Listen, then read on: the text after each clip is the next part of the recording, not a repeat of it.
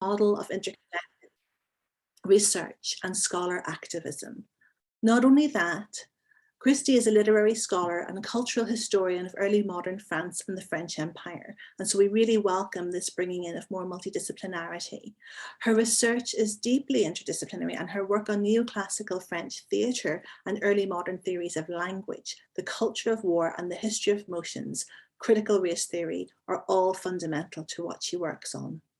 Her first book, The Military Enlightenment, War and Culture in the French Empire, from Louis XIV to Napoleon, was published by Cornell University Press in 2017, and the paperback was out last year. It was a finalist for the Kensher Book Prize for the best book in 18th century studies. And in that book, Christy argued that military enlightenment is not paradoxical to the Enlightenment, but is one of the most important synergies and legacies of the period. Dr. Pichichero is currently working on 2 book-length research projects now. The first engages theories of critical race studies and critical mixed race studies to investigate intersectionality and processes of racialization in 18th century Europe. Her second project focuses on war and humanism. She's also begun a digital humanities project on early modern journalism, critical race studies, and the multicultural French Enlightenment. And that article is coming forth soon in Studies in 18th Century Culture. She has more than 20 years experience in diversity, equity, and inclusion, and we're delighted to listen to her today. Thank you.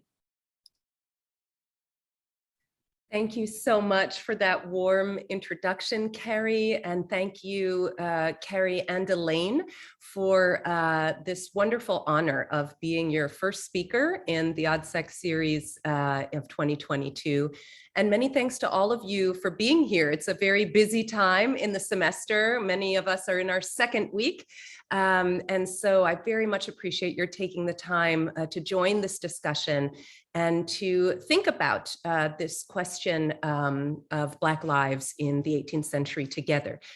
This is a part of my current book project, and so I'm very interested to share some of my current thinking with you, and then to engage in a discussion and get some of your feedback and thoughts on what I'm doing as I try to drive this forward. So what I'm going to do is share my screen. Just a moment.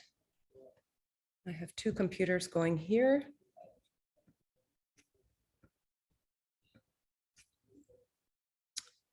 Okay. Does that show for all of you? Yes? Okay, fantastic. So this is Talking Black, Theorizing Race and Its Intersections in Critical 18th Century Studies. So let's go ahead and get started if I can make it move, and I can. His name was Jean Itong, or maybe it was Jean Iton. It may also have been David Idon, or Jean Dapidon, or Jean Ideon. Most likely, it was none of these.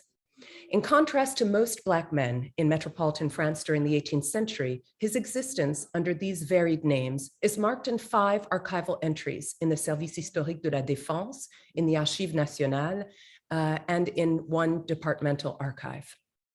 The military, where he served as a timbalier or drummer, beginning in 1743, made him, or rather a heavily mediated fragment of him, visible.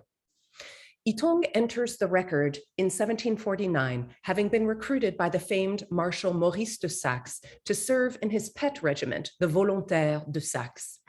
Levied during the War of Austrian Succession of 1740 to 1748, the unit was largely composed of Eastern Europeans, Poles, and Tartars, except for its first company of black, with scare quotes, Uhlans, or light cavalry from France's Caribbean colonies, as well as Africa, Asia, and South America.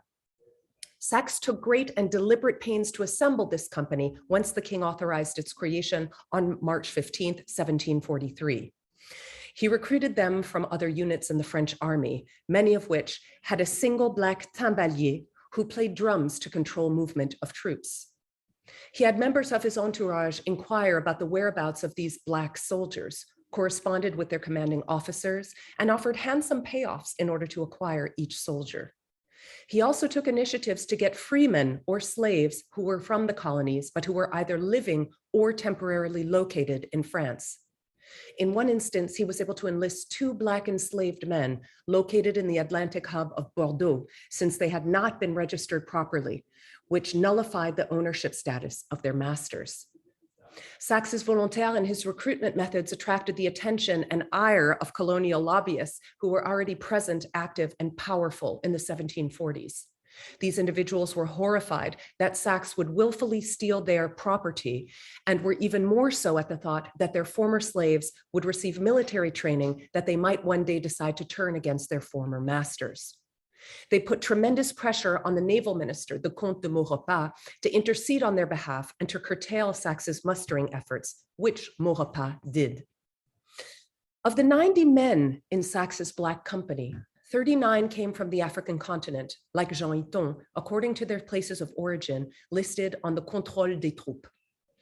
Yet, records indicate that Hiton's background distinguished him from his comrades.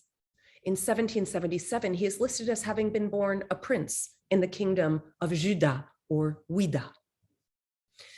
Hiton left me curious, and I admit rather skeptical, when I encountered his profile while researching my first book, The Military Enlightenment, War and Culture in the French Empire from Louis XIV to Napoleon. How on earth did a prince of Ouida end up serving in the French army? Skepticism was indeed merited. As Miranda Spieler has shown, the 7 Years' War of 1756 to 1763 was responsible for generating a new type of freedom story, emphasis on story, by which Black men were able to legally secure their free status in the metropole. Whether they had been formerly enslaved or not, Black men could obtain a billet de liberté, a liberty ticket or billet, having been born free, or, a billet de liberté that was issued by the Paris Admiralty Court by proffering a simple autobiography that attested to their having been born free or having earned emancipation via military service to France.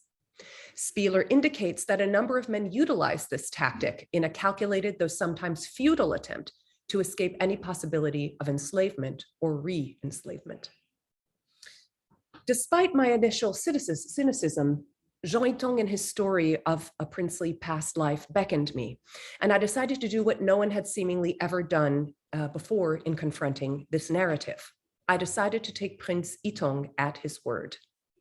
I followed him back to his homeland on the Gulf of Guinea in present-day Benin, a place known to early modern traders as the Slave Coast, and to the city of Ouida, named for his people's kingdom. Ouida was the principal commercial port of the region and was, from the 1760s to the 1860s, by far the leading point of embarkation for men, women, and children sold into chattel slavery on the Bight of Benin, and the second most trafficked slave port in the whole of Africa.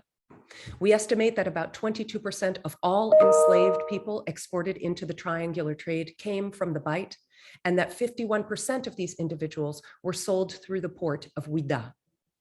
In all, this means upwards of 1 million people passed from their cities and villages through the horrors of the Middle Passage onto foreign shores, many from freedom into shackles.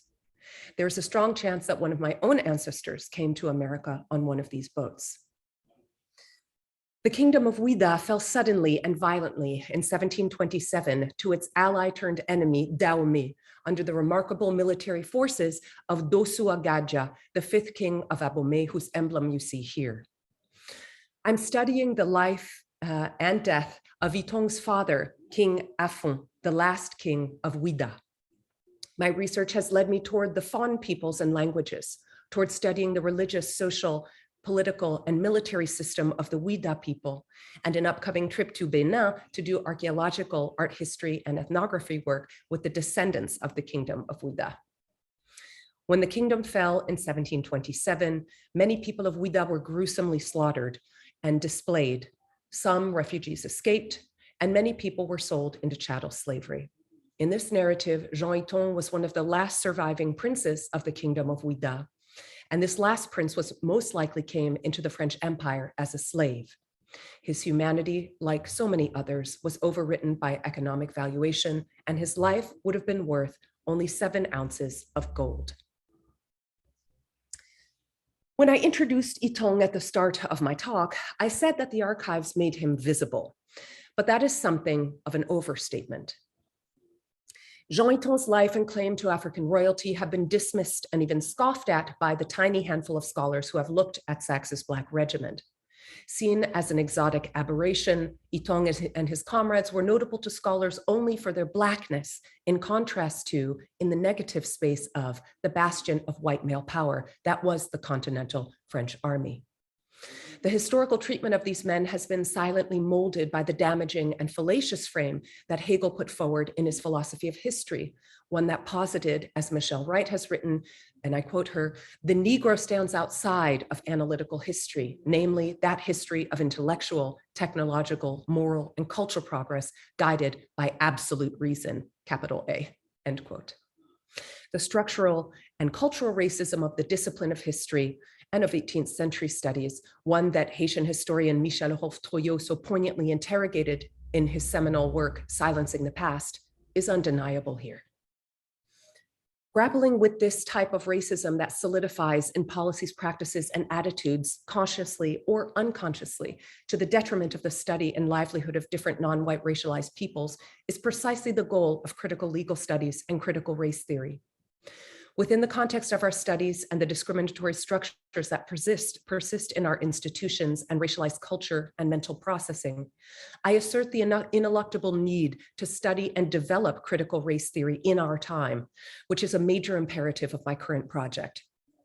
In this, I join a group of incredible scholars working to shine light onto African and African descended lives in the early modern era, engaging them, as Jessica Marie Johnson writes, in the overlapping diasporas they traversed in order to tell a fuller history of freedom, Black humanity, and resistance to empire. Monumental research and theorizing by scholars working on Black women, and these are predominantly women and predominantly Black women, conveys that Black radical feminist experience and praxis have been a driving force in scholarly innovation and bringing into focus the strategic erasures of the archives. In a political and ethical scholarly practice akin to the one delineated by Kimberly Crenshaw in her original proposal of intersectionality and the figure of the Black woman so many years ago, we contend with Marisa Fuentes that, and I quote her, enslaved women appear as historical subjects through the form and content of archival documents in the manner in which they lived, spectacularly violated, objectified, disposable, hypersexualized, and silenced.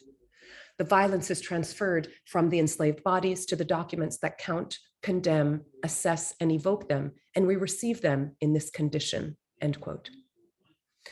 Following Hortense Spiller's injunction to bring postmodern theory to the study of race and gender, these scholars are charting a methodological turn with stated commitments to interdisciplinarity, reading against the archival grain, recovering a fuller excavation of African diasporic history, and a centering of questions and indeed peoples, women and children especially, far too long shoved aside by contemporaries and scholars alike.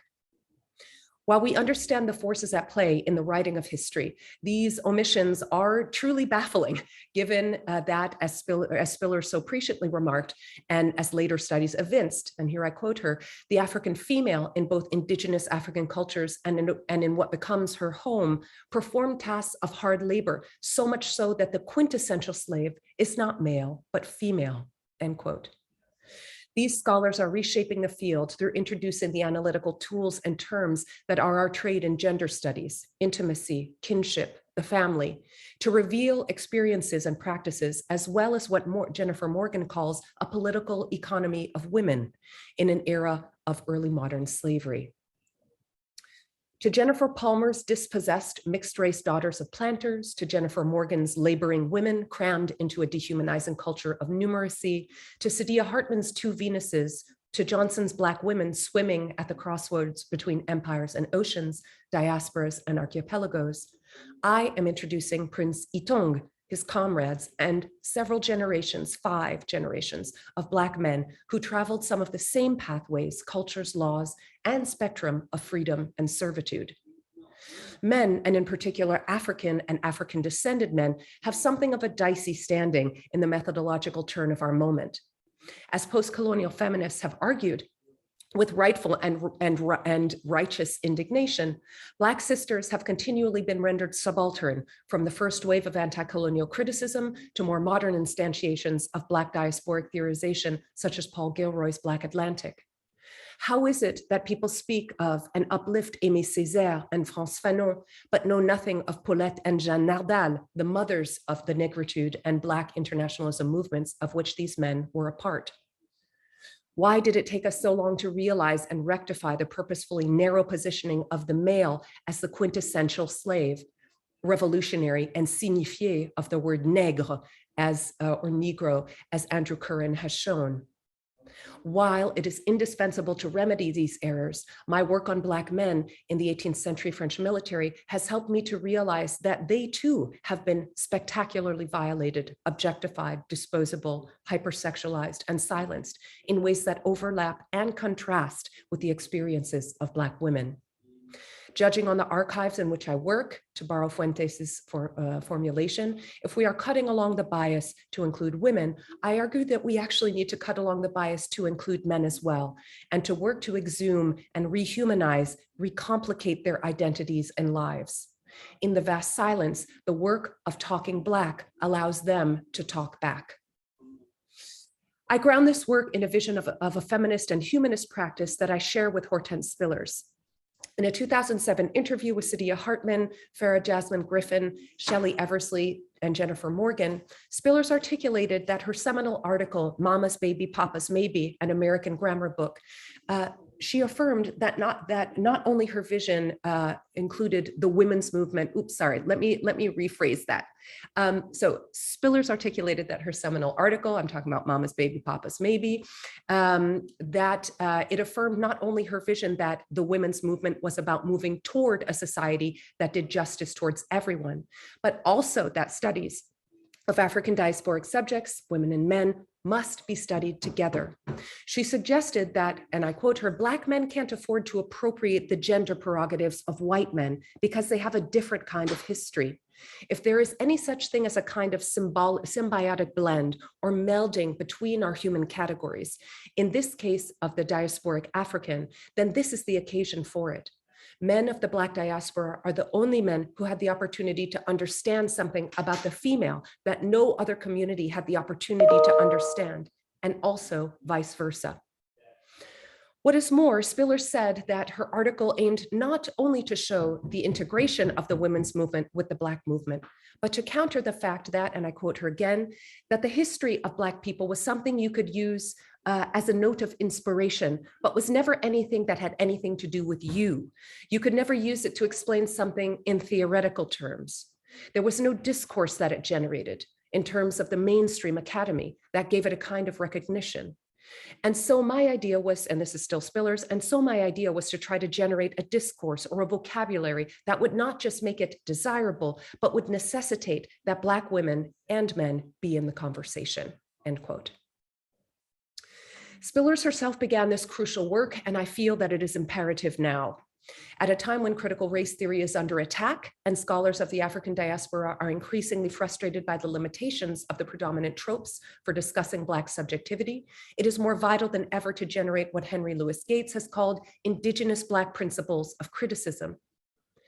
In his piece entitled Talking Black, which my remarks today recast, Gates urged scholars, and I quote him, to redefine theory itself from within our own Black cultures, to at last don the empowering mask of Blackness and talk that talk, the language of Black difference. This theoretical imperative remains as pertinent today as it was in the 1980s, and it is urgent in the context of critical 18th century studies, which has for far too long adhered to the exclusionary tenets of intellectual, technological, moral, and cultural progress guided by absolute reason that Michelle Wright untangles in her book, Becoming Black. It is also necessary in the realm of critical theory itself, knowing that, as Alexander Wahilier has shown, Foucault, Agamben, and others conveniently and erroneously viewed slavery as an anomaly and therefore discounted it from their theories of biopower bare life, etc. My work on gender, race, and other intersections aims to problematize and innovate in epistemological, historical, and rhetorical frameworks. Epistemologically, I'm hitting at two levels. The first is an ontological reframing of imperial and chattel slavery studies as rhizomatic. A cursory look at a handful of figures, including an enslaved former prince of an extinguished African kingdom serving under a Saxon nobleman who had risen to the rank of marshal, both in the French army. This evinces a rhizomatic ontology of empire. This philosophical approach, elaborated by Deleuze and Guattari and later taken up by Glissant in the Poétique de la Relation of 1990, insists upon principles of connection, heterogeneity, and endless multiplicities. The rhizomatic perspective, quoting Deleuze and Guattari, ceaselessly establishes connections between semiotic chains, organizations of power, and circumstances relative to the arts, sciences, and social struggles. The empire as rhizome has an epistemological politics that eschews Eurocentric atavism, which Deleuze and Guattari relate to the tree, whose arborescence stems from a single source via the modality of a binary logic of dichotomy. Against this, they posit multi-perspectivalism and interconnectivity, since, and I quote them again, any point of a rhizome can be connected to anything other and must be. This is very different from the tree or root, which plots a point, fixes an order, end quote. Glissant's expansion of the rhizomatic principle and refashioning of it into the poetics of errantry, something that must be told, relation and totality, is most valuable for the African and African descended lives that I study, knowing that, as Glissant writes, acknowledging differences does not compel one to be involved in the dialectics of their totality, end quote. Applying this to our enterprise as scholars of the 18th century and colonial era more broadly, it is certainly crucial to continue identifying the logics and mechanisms behind European efforts to construct colonial machines. However, at the same time, we must work to see empire as a multi-directional matrix, connecting different histories, perspectives, and embodiments. We must not shy away from the fulminating multiplicity that resists the systematic and refuses to be overcoded by facile, often binary distinctions and enticing, though ill-fitting, theoretical and hermeneutic apparati.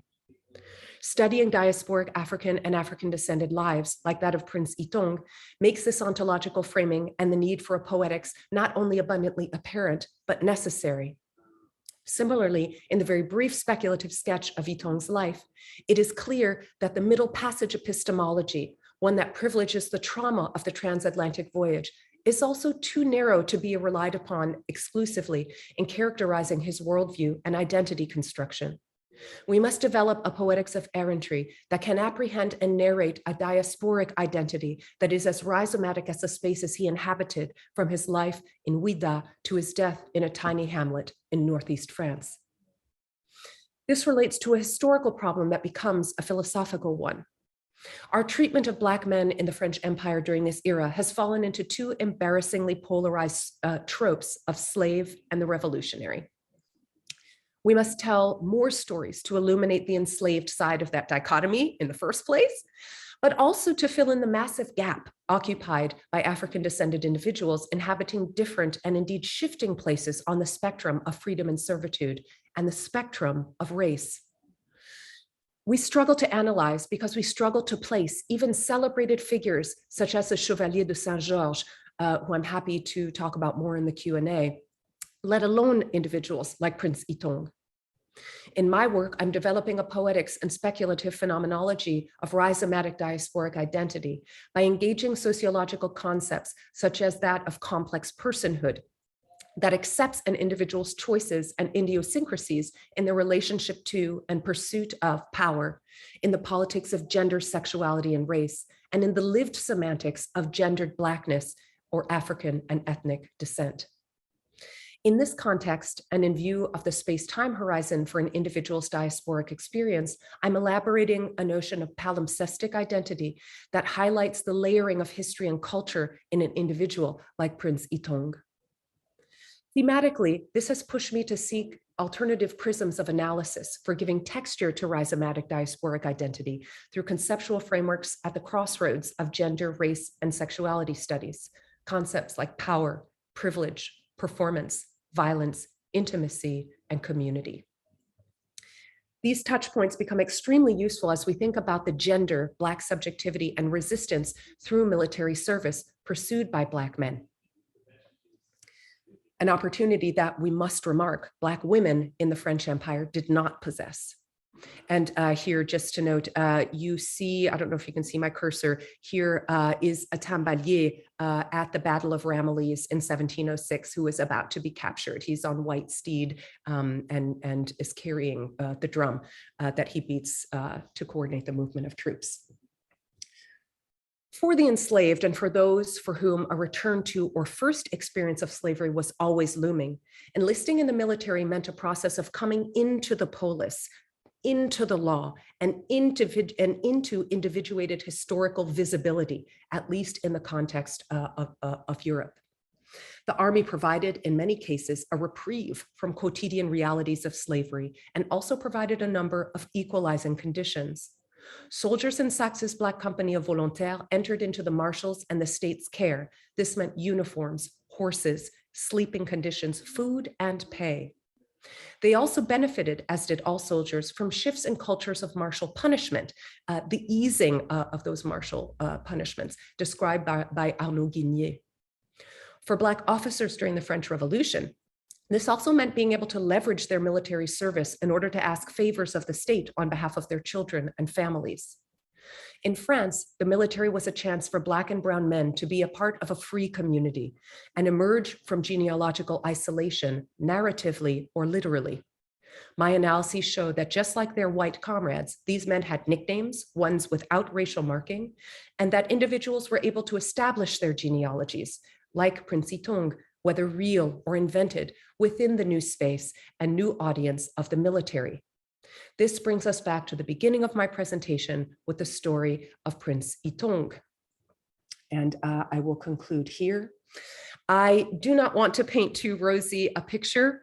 Serving in the early modern French military was horrid, and the necropolitical system of martial justice was also arbitrary in written law, uneven in application, and utterly cruel in many instances.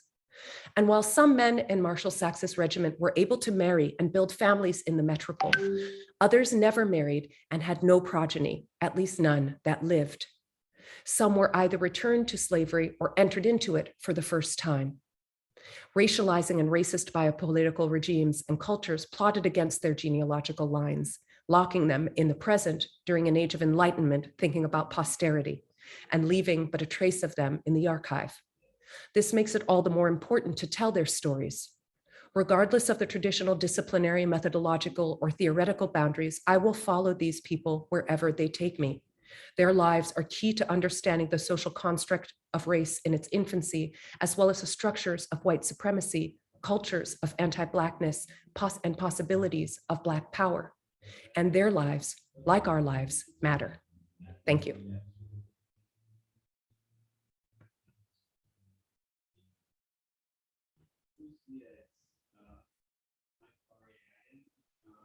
Thank you so much, Christy.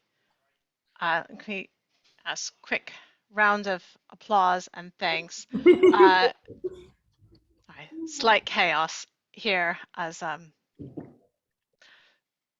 child is coming home and husband wants to know how is he meant to get into the online school parent-teacher conferences, because goodness, clearly that's my job. Yes. So thank you. Complex personhood. Complex personhood all around. We all bring this. That was fantastic. Thank you so much. So the usual system fails. Please post a question in the chat, and I will call on you to then elaborate on it to Christy, or raise your hand. Okay. Carrie, do you want to take introducer's privilege and kick us off? Only because there's a gap, and if everybody else was to gather their thoughts, yes. It takes time to type in questions. We've all been spellbound. Yeah, that was. And then Rebecca, I see you. You'll be next. Okay, thank you so much. That was just phenomenal. Thank you so much for sharing your work and your amazing innovative methodologies, which are just so needed and so vital. My question's about the gender aspect, which is just utterly fascinating. And I'm just wondering, it's so important to think of, and thank you for making that crucial point. And I just wonder, as you're working, if you're seeing that, Spillers also says gender is made at that site of enfleshment and that site of rupture. And that's, and we have Winter telling gender is a function of genre as well. And so we do see, enslaved men being either also hypermasculinized, but also sometimes hyperfeminized. And so I just wonder if you have anything to say about the disruption of Western genre altogether by these disruptive hybrid people that you're looking at. If that makes sense. Yes, absolutely. Thank you so much, Carrie. Yeah, I think that we, in the case of Black men, there's even, I sense a type of belatedness in terms of confronting the type of rupture that it really represents. I feel like I'm confronting that just now. Andrew Curran talks about one of the most significant but sort of under-acknowledged dissections of the 18th century, which was of an African man's severed penis. And so, there's this fascination, there's such a fascination and fear regarding the masculinity of the Black men that makes it go in those directions that you spoke of, Carrie, of sort of the hypermasculinized on one side, and then this feminization on the other. And so I feel like in so many ways, Black male sexuality and its tie at the intersection to masculinity, and then in the case of many of these men, that looming question of violence, right? That looming question of the physicality, where all of this intersects, it is something that's so shoved down so deeply that it just hasn't surfaced yet. And so as I'm doing this work, I'm very aware of the sense, I don't want to be the person who says, well, we're talking about Black women, but don't forget the men, don't forget the men. It's sort of not I don't see it as a sort of a process of one-upping. I think that there is such a huge gaping hole in both of these arenas that we've just belatedly been starting to fill in terms of thinking about women, and that we need to start doing in terms of men. We need to see the historical suppression of these figures, all the while acknowledging that the sort of quintessential icon of the enslaved is a man, but that remains a sort of empty image. It's a shell. I don't know if that answers your question, Carrie. It's a great question.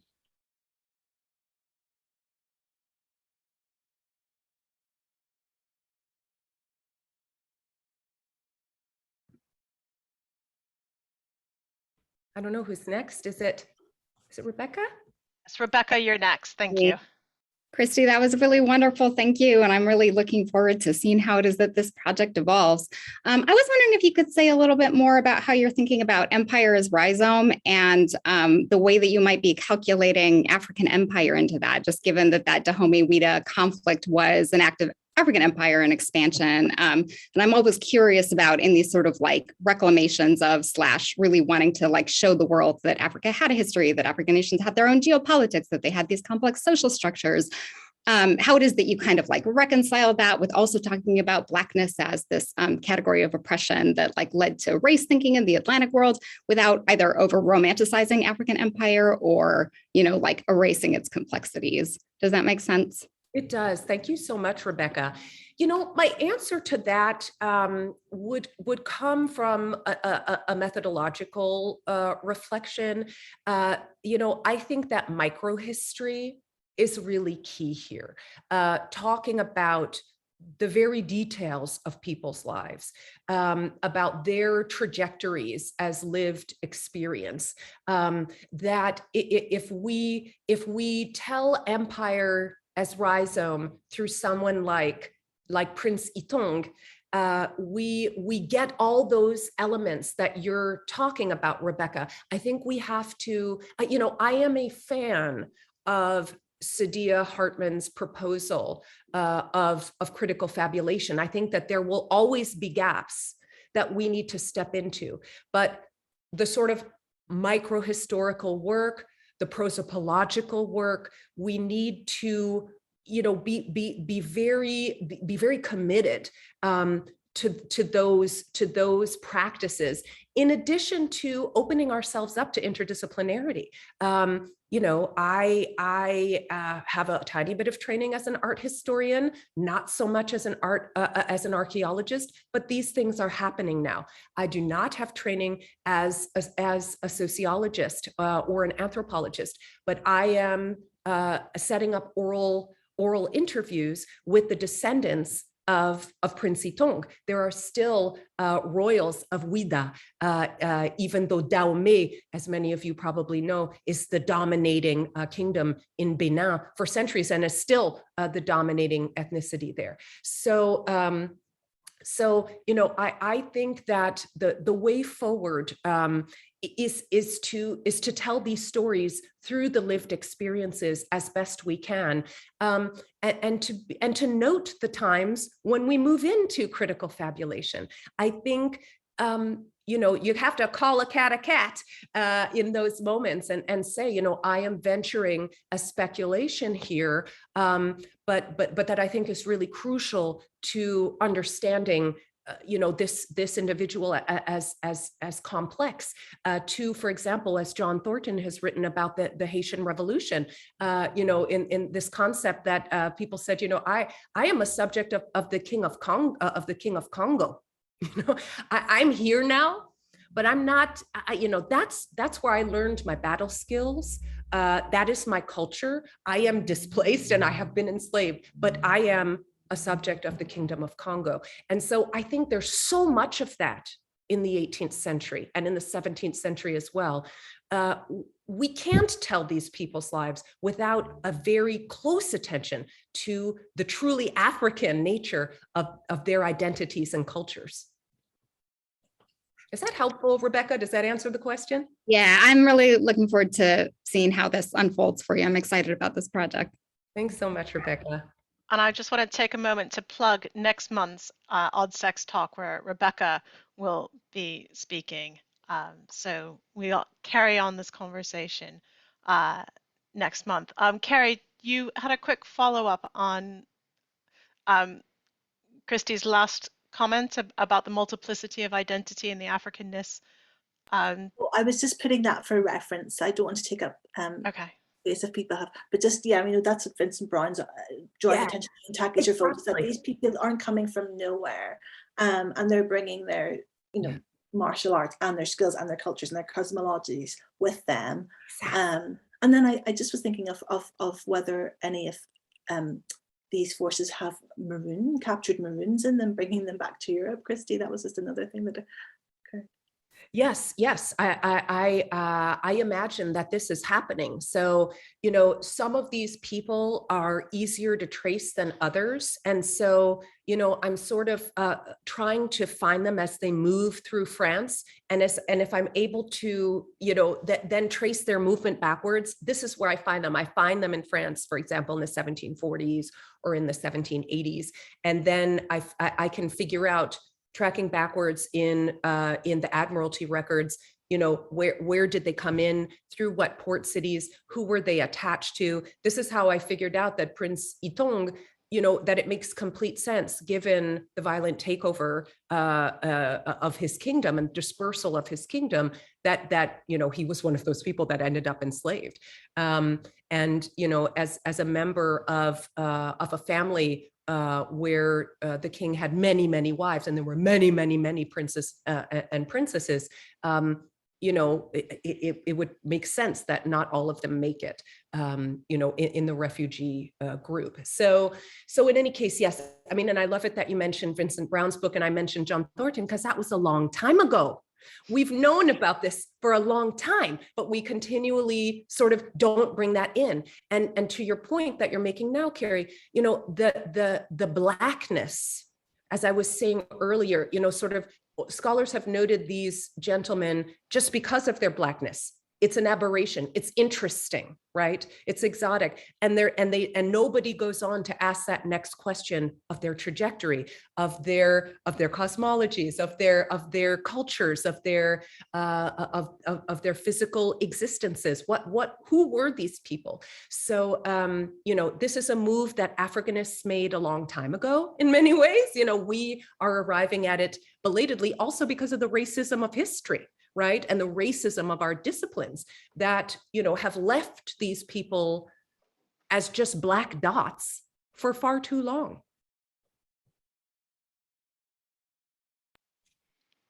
Thank you so much. Do we have another question? There are lots of hands clapping. That, magisterial answer. But I would like to give us time to ask another. Oh, Daniela, you have a question? Yes, I do. Thank you for calling on me. Hi, Christy. I enjoyed your talk very, very much. And the one question I had, and maybe I missed this, but I was curious about the role that these men are playing within the military. The images were just of the drummers, but yes. Did they play other functions? And the reason I asked that is I recently had a student work on drummers in the Civil War here in the United States, and that's a really particular role that people would play in regiments, that they tended to be children who were too young to fight but would want to be part of the action. So they were sort of themselves maybe rebelling or running away from home. And then the other thing that came up was that they were considered sort of pets of the regiment, and very often of the commanding officer. They would share their bed. They were used in a sexual role, and they were just this sort of marginal character where they were the musician, they were the pet, the sex slave, but then they would also commit these acts of bravery, dragging bodies, injured people off the field, taking up arms to defend people in moments of battle where they were maybe being overwhelmed. So they were sort of these, pitch hitters on the team, and these and I was just wondering if that's true for the period that you're looking at, and if that's something specific, or was that just the only images that you happen to have, visual images of the drummers? Thank you so much, Dana, and thanks for sharing that bit about your students' research. It's really interesting, and these are the types of figures in military history, putting my nerdy military historian hat on, that are also sort of the last ones to be looked at. How many more books are we going to write about the big generals of the Civil War before getting to these individuals? So for the Tambalier, the numbers, I have to do a dorky military history thing, to contrast the role of the Tambalier in the 17th and 18th centuries compared to a Civil War military context of the 19th century in the US, in that the numbers are so astronomical. We're talking about hundreds of thousands of people, and tens of thousands of people at least in certain battles. And they are regiments that are brought together from all over France. And they're trying to coordinate the movement of these troops. And there's cavalry, light cavalry, there are foot soldiers, there are all these different companies and units with different specialties, gunners, all the artillerymen. And so it's this massive, unbelievably massive operation is a battle. And so these drummers, they're beating out of commands and signaling where a certain company, a certain unit is located in the melee of battle, was really critical. And the drum itself, the tambour, was a very important an item of symbolic importance. It was very richly decorated. You saw that just a bit in the image I showed you of the Battle of Ramillies. And so, you know, this was an item that if you can capture, if you can capture the drummer and then take the drum, this is one of the greatest trophies of war that you can have. And they were seldom restituted. They were seldom given back.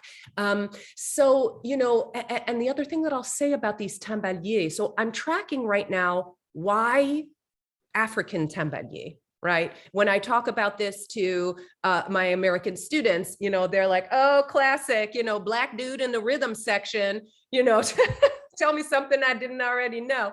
You know, so it's very interesting why there were these Black tambaliers. The first ones arriving in the middle of the 17th century. So my project is really, at least with this group, starting with them.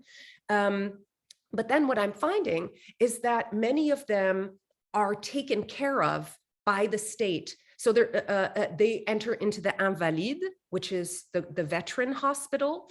And so I find some of these tambaliers there with honors. And so it seems to me so far, Dana, that at least in the Louis XIVian generations of tambaliers, that they had a certain status that wasn't necessarily one of sort of the pet, the beater of a drum who is disposable or too young to do something else.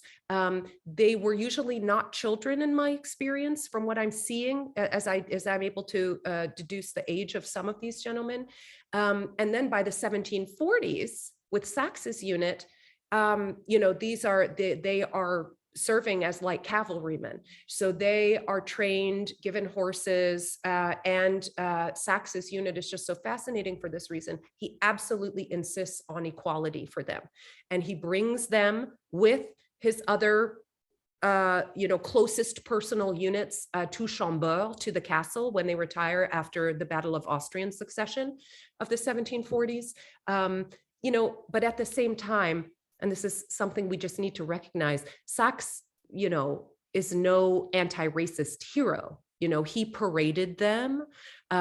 He exoticized them as well. He was a rapist of women. I mean, and so, you know, there is no, it's very hard to find like a beautiful redeeming story regarding race and Blackness in the 18th century, even in these situations where some degree of respect and equality is absolutely fought for by individuals like Sax and others. Sorry, that's a long-winded answer, but I wanted to give you some details. Such a rich history. I'm absolutely fascinated. I didn't realize there are so many. I didn't even realize there are so many drummers. That's fantastic. We have time for one more question, if we've got one. Shout out, yeah, everyone, very busy time of year. Yes, otherwise I can ask you all one. Please do. Yeah. So, you know, I developed just a tiny bit my argument about the empire's rhizome. And, you know, it's a subject that came up when I spoke about this work at the Harvard Humanities Center in the fall, is, you know, I'm sort of, one of the liberties that I'm taking here, and that I think is necessary, in addition to sort of generating new theoretical concepts that come from Black histories.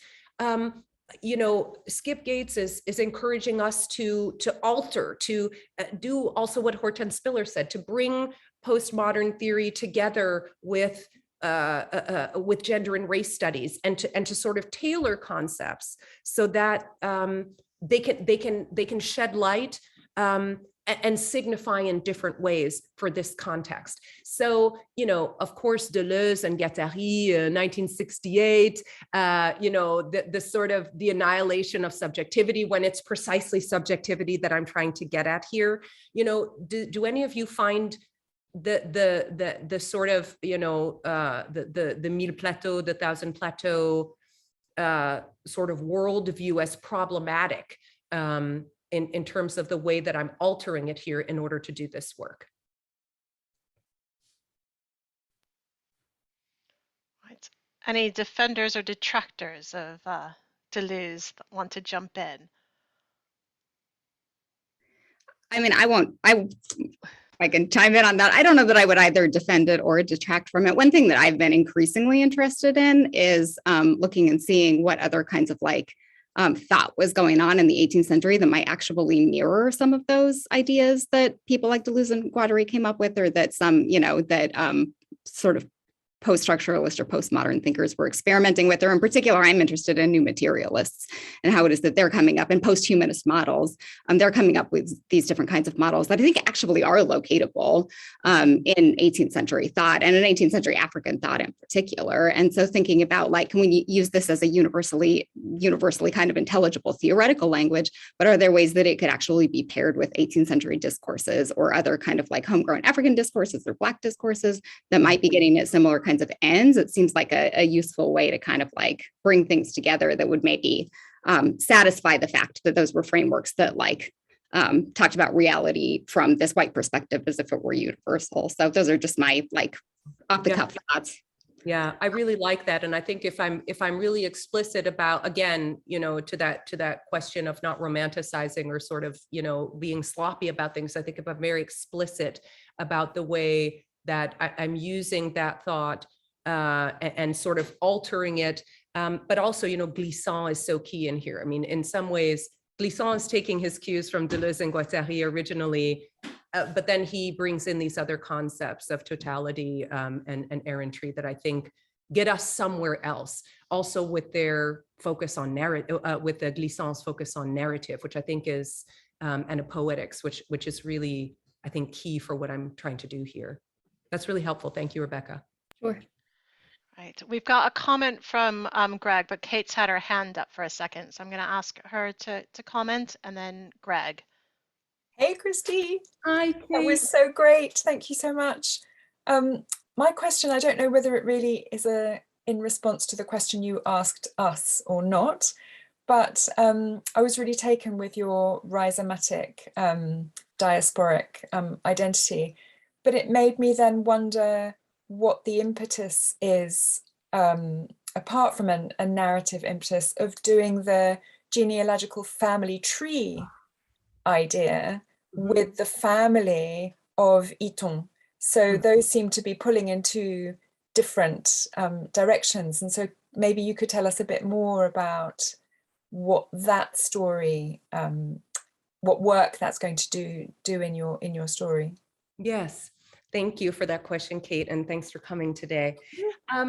So, you know, in terms of talking to Iton's descendants now, you know, I had a very interesting conversation with one of them this fall who said, you know, between the written histories and nos petites histoires et affaires à nous. So, you know, our little stories and our things, you'll be able to understand who Iton was in his time. And so, you know, there's, as I've been sort of becoming a bit of an Africanist in doing this work, understanding the fact that sort of oral tradition lives on in many ways, that these histories and that objects, literal objects, are passed on within these royal families that date back to that time. They're not necessarily in museums because it's family. You know, it's the painting of the aristocrat on the castle wall, you know, that's dad, you know, or that's grandpa. So, you know, working on the family, talking to the families now is a part of that archaeological work to get back to him and get back to his time. And so in some way, I am looking for those threads of who he was then, who he was when his kingdom was taken over, and when he embarked on that boat, which either came directly to France or into the Caribbean and then into France. And this is something that I'm tracking right now. I don't know where he goes next. And so, I'm interested in his family at the time as part of his worldview.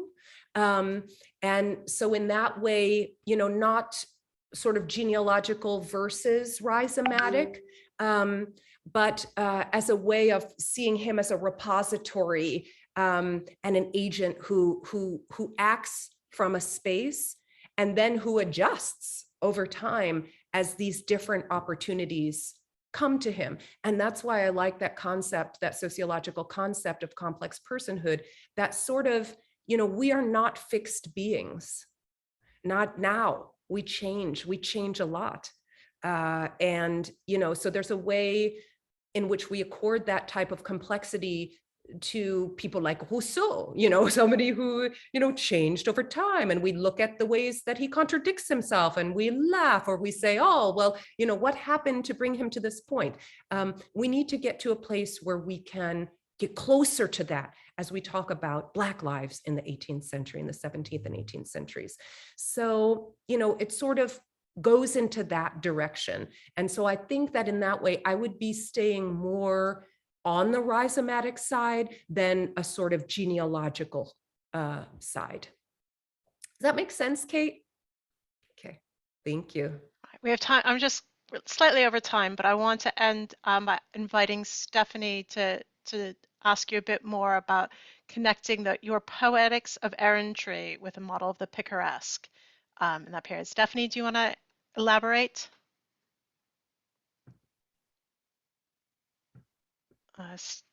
Stephanie's still here.